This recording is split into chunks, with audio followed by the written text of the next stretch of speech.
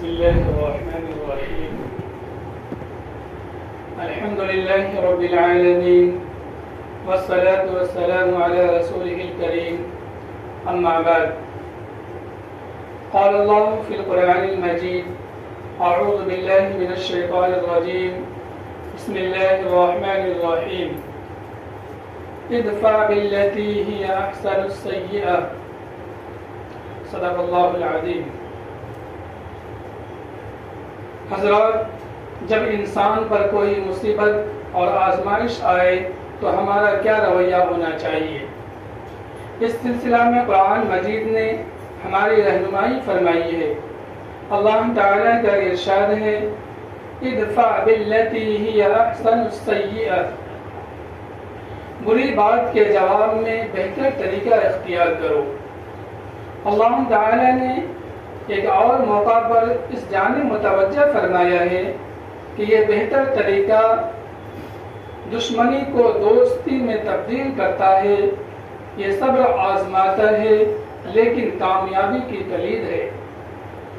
وَلَا تَسْتَوِي الْحَسَنَةُ وَلَا السَّيِّئَةُ ادْفَعْ بِالَّتِي هِيَ أَحْسَنُ فَإِذَا الَّذِي بَيْنَكَ وَبَيْنَهُ عَدَاوَةٌ كَأَنَّهُ وَلِيٌّ حَمِيمٌ وَمَا يُلَقَّاهَا إِلَّا الَّذِينَ صَبَرُوا وَمَا يُلَقَّاهَا إِلَّا ذُو حَظٍّ عَظِيمٍ.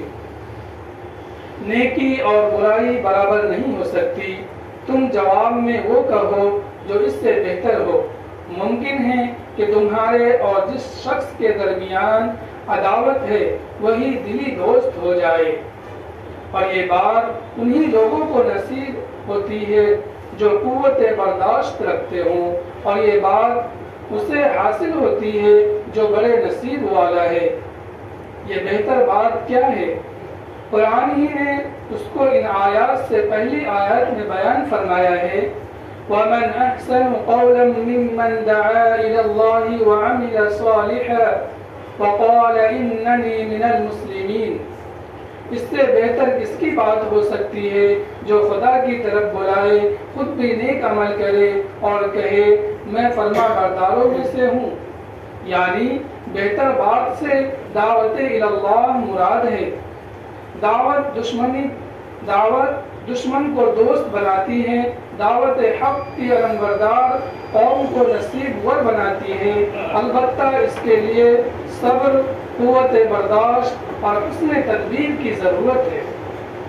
صبر کے معنی صرف چوٹ کھا کر خاموش رہنے کے نہیں ہیں، بلکہ صبر بڑے مقصد کے لیے مصیبتوں اور آزمائشوں کو سہنے اور حوصلہ شکن حالات میں بے برداشت ہونے کے بجائے حکمت تدبیر سے کام لینے کے ہیں. اس وقت حالات مسلمانوں کے لیے بظاہر حوصلہ شکن ہیں، اچھی خبروں کے لیے کان ترستے ہیں، خوشکن نتائج کو دیکھنے کے لیے آنکھیں سراپا انتظار ہیں، سکون و طمانینت دینے والی اطلاعات کے لیے قلوب بے چین ہیں. بظاہر ہر طرف ظلمت کی گھٹائیں اور اندھیرے ہی اندھیرے ہیں، لیکن مومن کا کام یہ ہے کہ وہ اندھیروں میں بھی روشنی تلاش کر لے. نا امیدیوں کی گھنگور گھٹاؤں میں سے بھی امید کی کرنیں اسے نظر آئے، اور وہ خدا کی رحمت سے مایوس نہ ہو. صحابہ کا یہی طریقہ تھا. وہ ناموافق حالات میں بھی ایسے پہلو تلاش کر لیتے تھے جس کے طمانینت ہو اور جس سے ان کا خدا راضی ہو جائے. لوگ انہیں خوف دلاتے کہ پوری دنیا تمہارے مقابلہ پر جمع ہو گئی ہے، اور وہ کہتے ہمارے لیے خدا کافی ہے، حسبنا اللہ و نعم الوکیل. ان کے ایمان میں ایسی وحشت انگیز خبروں سے اضافہ ہی ہو جاتا. لوگ انہیں ان کے رفاقت کی شہادت کا تانا دیتے اور وہ اسے اپنے بھائیوں کے لیے انعام تصور کرتے. اس وقت حالات وہ بہت برے ہیں، لیکن اس میں ایک پہلو خیر کا بھی ہے، اور وہ یہ ہے کہ اسلام کو سمجھنے اور اسلام کے بارے میں جاننے کا جو رجحان حالیہ زمانے میں پیدا ہوا ہے، کم از کم پچھلے 70 سال میں اس کی کوئی مثال نہیں ملتی.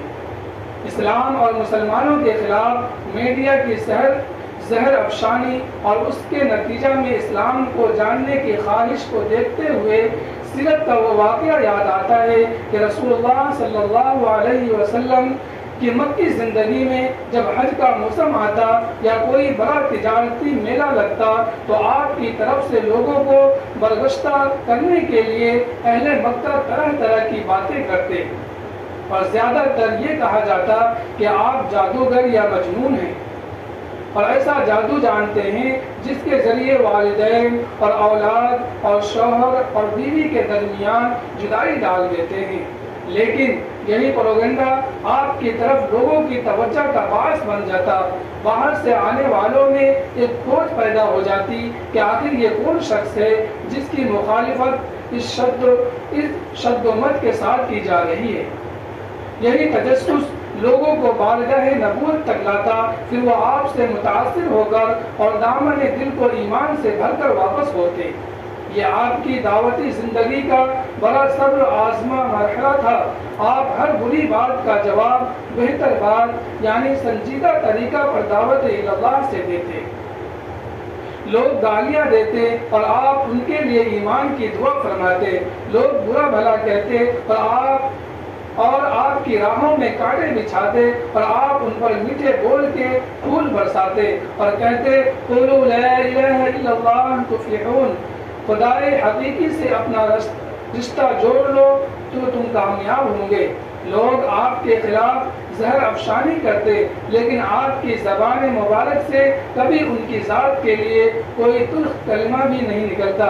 لوگ آپ کی ذات کے خلاف پروپیگنڈا کرتے اور آپ شب و روز خدا کی توحید کا اعلان فرماتے۔ لوگ نفرتوں کی آگ سلگاتے اور اس کی آنچ کو تیز تر کرنے کی کوشش کرتے اور آپ محبت کی فوار سے اسے بجھانے کی راہ اختیار کرتے۔ یہی وہ طریقہ احسن ہے جس کی قرآن نے دعوت دی ہے اور جس کے بارے میں فرمایا گیا ہے کہ اس کی توفیق ان لوگوں کو حاصل ہوتی ہے جو صبر کا پیکر ہوں۔ موجودہ حالات میں بھی اس بات کی ضرورت ہے کہ ہم نفرت کا جواب کلمہ محبت سے دیں، مشتعل کر دینے والی باتوں کا جواب سنجیدہ، مدلدل اور حقیقت پسندانہ اسلوب میں دیا کرے، تو اس طرح ہم اسی شر کو اپنے لیے سرچشمہ خیر بنا سکتے ہیں۔ اس وقت ضرورت اس بات کی ہے کہ منصوبہ بند پروپیگنڈا کا جواب منصوبہ بند دعوت سے دیا جائے اور اس موقع سے فائدہ اٹھاتے ہوئے ہم ہر علاقہ اور ہر ملک میں اسلام کا تعارف پیش کریں۔ اسلام نے امن و آشتی، اصلاح و رواداری اور محبت کا جو پیغام انسانیت کے لیے دیا ہے، اس پیغام کی خوشبو سے ہم پوری دنیا کی فضا کو عطر بار بنا دیں اور لوگوں کو یہ سمجھنے کا موقع فراہم کریں کہ اسلام محبت اور انسانی اخوت کو جلا دینے والی باد سموم نہیں بلکہ انسانیت کو اخوت و بھائی چارہ کی خنکی سے ہمکنار کرنے والی باد نسیم ہے۔ ہم اس موقع سے فائدہ اٹھاتے ہوئے قریہ قریہ، شہر شہر، محلہ محلہ ہندو اور مسلمانوں کے مشترکہ اجتماعات رکھیں اور قرآن صلح و امن کی جو تعلیم دیتا ہے اس کو خوش اسلوبی سے پیش کرے۔ ان آیات کے ترجموں پر مشتمل ورقہ طبع کرائے اور اسے برادران وطن تک پہنچائے۔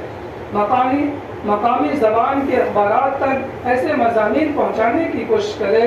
وہ اس سلسلہ میں انگریزی اخبارات کا رویہ ایک حد تک غیر حقیقت پسندانہ ہے اور یہ شکایت عام ہے کہ اسلام کے خلاف جو سروپا باتیں آتی ہیں انہیں تو یہ بڑے اہتمام سے شائع کرتے ہیں اور اس کے جواب میں جو کچھ لکھا جاتا ہے اسے بہت کم قابل اعتنا سمجھتے ہیں، لیکن اس میں ہماری کوتاہی کو بھی دخل ہے۔ اس بات کی کوئی منظم کوشش نہیں کرتے کہ ایسے مضامین اور مرسلات کا سنجیدہ، غیر جذباتی اور مدلدل جواب دیں اور انگریزی خبرات کے ذمہ داروں تک پہنچ کر انہیں مسلمانوں کی شکایت کی طرف متوجہ کریں۔ ہم اشتعال و احتجاج کے بجائے انہیں قائل کریں، اس طرح ہم انگریزی اخبارات تک بھی رسائی حاصل کر سکتے ہیں۔ انٹرنیٹ کے ذریعے ایک ایسے ذریعے ابلاغ تک ہمیں رسائی حاصل ہوئی ہے جس میں اپنی بات، اپنی زبان اور اپنے قلم سے پہنچانے کا پورا موقع حاصل ہے۔ اس میں ہم نہ کسی سہارے کے محتاج ہیں نہ کثیر وسائل کے، اور اس وقت یہ سمجھدار اور باشعور لوگوں تک رسائی کے لیے نہایت وسیع العصر ذریعہ ہے۔ اس کے علاوہ دوسرے ذرائع ابلاغ بھی ہے جن کے ذریعے ہم لوگوں تک اپنی بات پہنچا سکتے ہیں۔ ضرورت ہے کہ ہم ان وسائل و ذرائع سے استفادہ کریں اور جذبات کے بجائے حکمت و تدبیر اور اشتعال کے بجائے صبر و استقامت کی راہ اختیار کریں۔ اس طرح ممکن ہے کہ یہی طوفان امت مسلمہ کو ایک نئے ساحل سے ہمکنار کر دے۔ بقول شاعر اسلام علامہ اقبال رحمۃ اللہ علیہ، مسلمہ کو مسلمہ کر دیا طوفان مغرب نے، مسلمہ کو مسلمہ کر دیا طوفان مغرب نے، تلا تمہارے دریا ہی سے ہے گوہر کی سیرابی۔ وآخر دعوانا الحمدللہ رب العالمین۔